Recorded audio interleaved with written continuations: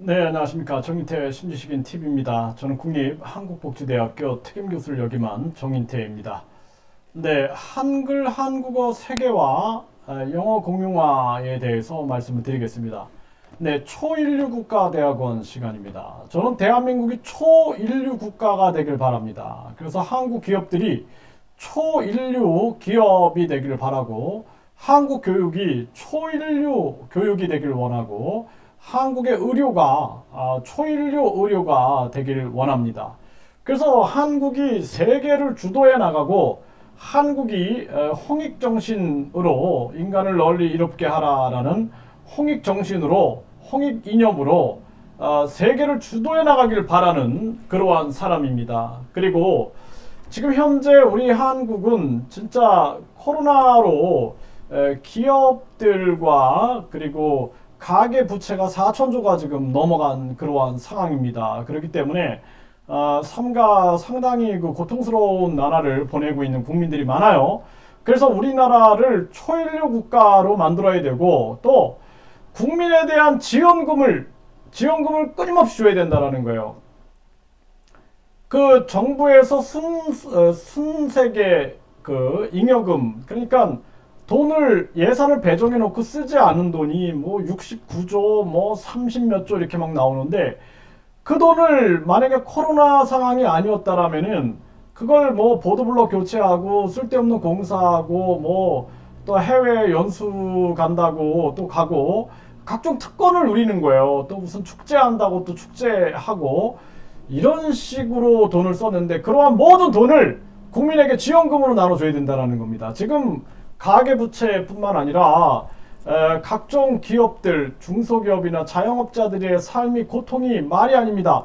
진짜 이걸 못 느끼는 거예요. 자기들은 월급 받고 자기들은 세비를 더 올리고 이러다 보니까 전혀 못 느끼고 있는데, 진짜 국민들은 하루하루, 진짜 연예인들도 뭐 요즘에는 택배하고 또 뭐 자살하고 온 가족이 자살하고 이러한 사건들이 계속 터지고 있어요. 그래서 우리 정치하시는 분들이 진짜 돈을 아껴서 국민에게 나눠주는 거, 이것을 실천해야 돼요. 그러면 국민들이 희망을 갖습니다. 그리고 4차 산업혁명, 5차 산업혁명이 다가오기 때문에 가장 중요한 것은 국민을 어떻게 지원할 것이냐, 지원금을 어떻게 줄 것이냐, 이걸 고민해야 돼요. 그래서 육아지원금을 어떻게 줄 것이냐, 그리고 결혼, 그 다음에 또 출산, 그리고 또 은퇴 후에 우리가 품격 있는 노후를 살게 하기 위하여 어떻게 할 것이냐, 육아지원금을 어떻게 줄 것이냐, 이걸 고민할 시대가 된 겁니다. 그렇기 때문에 이러한 부분들을 전개하면서 우리 국가가 돈을 많이 벌어서 기업들이 세금을 많이 내고, 그리고 우리는 초인류 국가로 가야 돼요. 그리고 그 돈을 국민들한테 지원해 주면서 가야 된다는 거예요.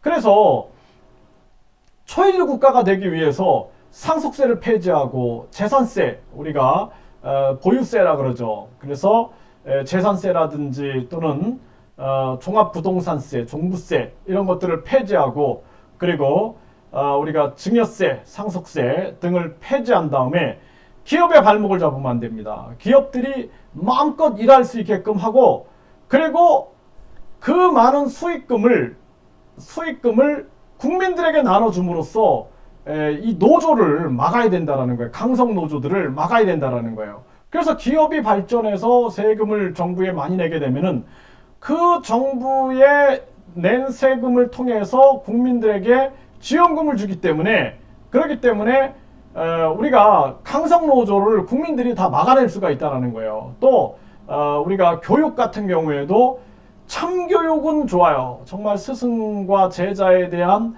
아름다운 교육은 좋은데 뭐 국가보안법을 폐지해라 뭐 이런 식으로 나오는 것은 이념화 돼가지고 뭐 예를 들어서 종북한다든지 이러한 부분들은 강력하게 대처를 해야 된다는 것입니다. 대한민국 안보를 지켜나가면서 우리가 한글과 한국어를 세계화시킨다는 것이 굉장히 중요해요. 그래서 영어 같은 경우에는 이 IELTS 시험, 영어 시험들 보면 한 달에 한 번씩 있고 다양한 시험이 있어요. 뭐 토플, 토익, 뭐 IELTS 뭐 다양한 게 있는데 한국은 토픽 시험이 외국에서 시험 보려면은 한국어 시험을 보려면은 등록이 안 돼요. 등록하는데도 비리가 있어. 돈 줘야지 등록해주는 중간 브로커가 또 존재하고. 그 제가 이걸 뿌리 뽑으려고 엄청 노력을 했어요. 세종대왕이 지하에서 진짜 울고 계신다. 이러지 말자 제발. 예? 그리고 또 한국어 시험 부정 비리가 있어요. 그래서 이런 것들 다 뿌리 뽑고 우리도 한국어 시험을 한 달에 한 번씩 치를 수 있게끔 하고 다양한 시험을 인정하자. 그래서 각 사회 그 사단법인이든 재단법인이든 한국어 시험을 만들어 가지고 그 시험을 치를 수 있게끔 하고 인정을 해주는 거예요. 그래서 한국어를 세계로 나가게끔 해야 된다. 근데 우리나라를 보면은 다 밥그릇 싸움만 하고 있고 이것들이 진짜 자기네 한글 한국어는 우리 국민의 것 아닙니까? 자기네 것이 아닌데 이걸 가지고 비리를 저지르고 있는 그래서 한국어 교육기관을 자기들이 좋아하는 사람들 또는 자기들하고 관계 있는 사람들만 지정해서 정부의 돈을 지원해 준다든지 이런 일들을 하고 있는 거예요. 그런 걸 보면은 제가 가슴이 아픕니다. 진짜 이 나라가 어떻게 되려고. 그리고 또 하나는 뭐냐면 이번에도 마찬가지지만 우리가 한국어를 세계화시키고 한글을 세계화시키는 일을 하면서 갑자기 뭐 코로나 문제가 터져가지고 뭐 의료진이 부족할 때는 우리가 해외에서 지원을 받아야 되는데 이때 뭐냐면 언어 소통이 되게 중요해요. 그래서 영어는 세계 60개국이 사용하고 있지 않습니까? 그러면은 영어를 공용화해야 된다는 거예요. 공용화. 이거를 이제 반대하는 사람들도 있어요. 저도 국어교육과 출신입니다. 제가 국어교육과 출신인데 그리고 한국어 교원이잖아요. 저는 또 교육공무원 출신인데 왜 영어 공용화를 얘기합니까? 우리 선생님들은 제 뭐 교수님들이나 이런 분들은 저를 뭐 향해 돌멩이를 던질 수 있을지도 모릅니다. 그런데 저는 초인류 국가를 만들기 위해서 한국을 초인류 국가를 만들기 위해서 우리나라의 언어 능력을 강화시켜야 된다라는 거예요. 한글이나 한국어가 세계화시키는 작업을 하되 현실은 인정해야 된다는 거예요. 예? 현실은 세계는 영어를 공용어로 사용하고 있기 때문에 우리가 영어 공용화 정책을 통해서 우리 어떤 사교육비 절감, 영어 사교육비 절감 그리고 이 영어를 생활 속에서 사용하면서 이중언어, 삼중언어를 사용할 수 있어야 돼요. 뭐 이걸 통해서 민족 정신이 약화된다 그렇지 않아요. 제가 삼중언어, 뭐 사중언어, 막 오중언어 막 사용했거든요.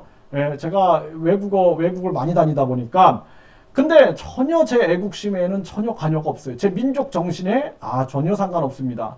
예, 제가 한국어를 통해서 한국의 민족 정신과 한국의 애국심이 굉장히 강할 뿐만 아니라 무기가 있는 거예요. 무기, 경쟁력.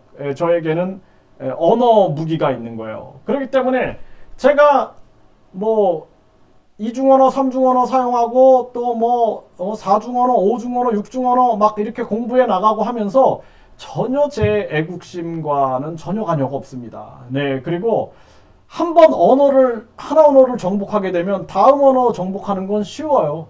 우리가 한 번만 어떤 거를 해보면은 끝까지 가보면 다른 건 다 쉬워요. 그리고 학문도 그래요. 학문도 하나에서 도통하잖아요. 하나에서 도통하면 다른 학문들 다 도통할 수 있습니다.